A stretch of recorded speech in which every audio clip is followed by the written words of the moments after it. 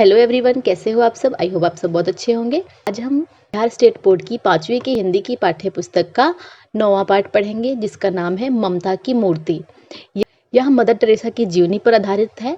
इसे पाठ्य पुस्तक विकास समिति द्वारा लिखा गया है।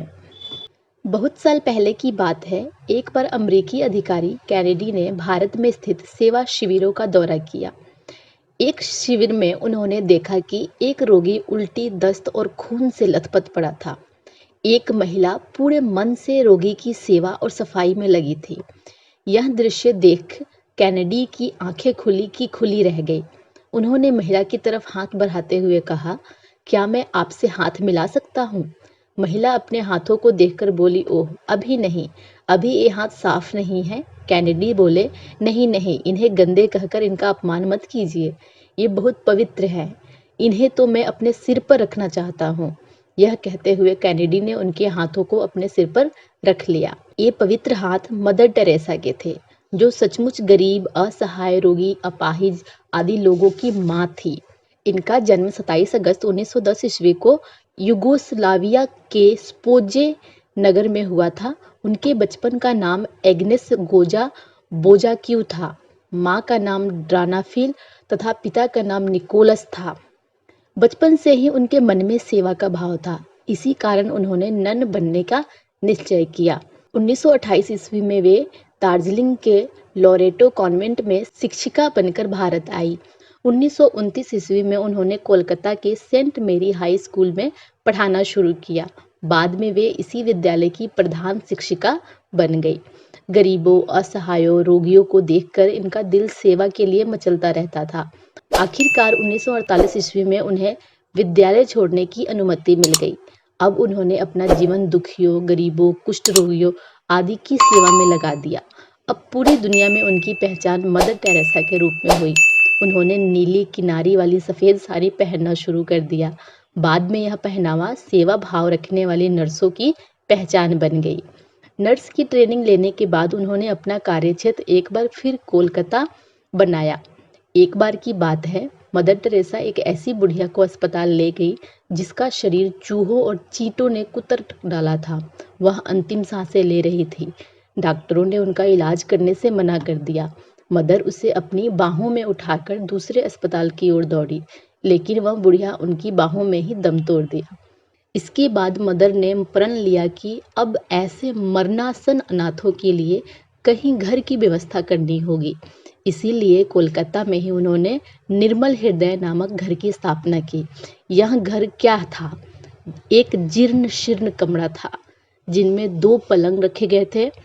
जब कभी भी उन्हें कोई असहाय, लावारिस और बीमार व्यक्ति दिखता था, वे उसे निर्मल हृदय संस्थान में ले आती। यहाँ स्नेह, सहानुभूति एवं प्यार के साथ उसकी सेवा और उपचार करती। कार्य एवं सेवा के विस्तार के साथ उन्हें खूब प्रसिद्धि प्राप्त हुई। वर्ष 1950 ईस्वी में उनकी संस्था को मिशनरीज ऑफ चैरिटीज की मान्यता मिल गई। मदर टेरेसा ने शिशु सदन, प्रेम घर और शांति नगर की भी स्थापना की। मदर टेरेसा अपने कार्यों को खुद करती थी।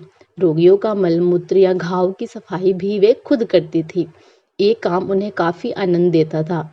इनके कार्यों से प्रभावित होकर भारत ने उन्हें भारत रत्न से सम्मानित किया। नोबेल पुरस्कार, जो दुनिया का प्रसिद्ध पुरस्कार है, वह भी उन्हें प्राप्त हुआ। सेवा, शांति, भाईचारा, परोपकार आदि की रोशनी मदर टेरेसा 5 सितंबर 1997 को हमें छोड़कर स्वर्गवासी हो गई। आज माँ हमारे बीच नहीं है, मगर उनकी यह उक्ति हम सभी के लिए प्रेरणा स्रोत है कि आपको विश्व में जहाँ कहीं भी दुखी, रोगी, बेसहारा, असहाय आदि लोग मिले, वे आपका प्यार पाने के हकदार हैं। उन्हें आपकी मदद चाहिए। आगे शब्दार्थ। असहाय का अर्थ जिसका कोई सहायता करने वाला नहीं है। जीर्ण शीर्ण, टूटा फूटा। प्रण करना, प्रतिज्ञा करना। नन, सेवा भाव रखने वाली अविवाहित स्त्री। आगे अभ्यास के प्रश्न में आपकी कलम से मदर टेरेसा के बारे में बताते हुए अपने मित्र को पत्र लिखिए। वीडियो के एंड में सभी प्रश्नों के उत्तर का स्क्रीनशॉट आपको मिल जाएगा। आप वहां से देख कर एक बार सीख लीजिएगा, फिर आप खुद से बिना देखे पत्र लिखेंगे। अनेक ऐसी महिलाएं हैं जिन्होंने अपने कार्यों से काफ़ी प्रसिद्धि पाई है। आप ऐसी किसी एक महिला के बारे में कक्षा में बताएं। यह महिला आपकी माँ, दादी, नानी, मौसी भी हो सकती है।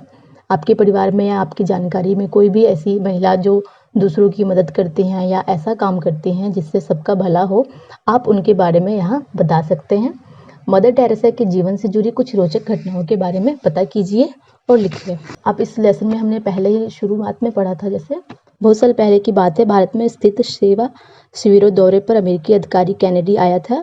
एक महिला दस्त, उल्टी, खून से लथपथ रोगी की सेवा और सफाई में लगी थी।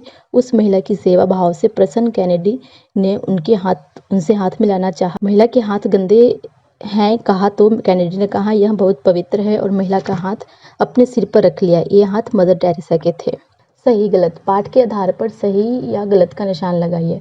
मदर टेरेसा का बचपन का नाम मरिया था, ये गलत है। वे सेवा भाव के कारण नन बनना चाहती थी, सही। उन्होंने नर्स की ट्रेनिंग ली थी, सही। उनका कार्यक्षेत्र कोलकाता था, ये सही है। वे कहती थी कि दुखी, रोगी आदि आपकी दया के हकदार हैं। शिशु सदन और प्रेम घर उनकी संस्थाएं थी, ठीक।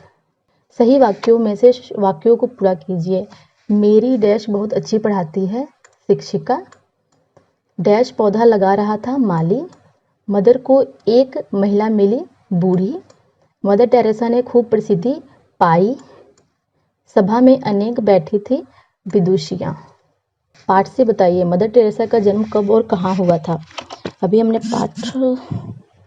मदर टेरेसा का जन्म 27 अगस्त 1910 ईस्वी को युगोस्लाविया के स्पोजे नगर में हुआ था। मदर टेरेसा के अनुसार जीवन का मूल मंत्र क्या है। मदर टेरेसा के अनुसार जीवन का मूल मंत्र गरीबों, असहायों, अनाथों तथा रोगियों की सेवा या मानव सेवा है। किस दृश्य ने मदर टेरेसा को नया मोड़ दिया।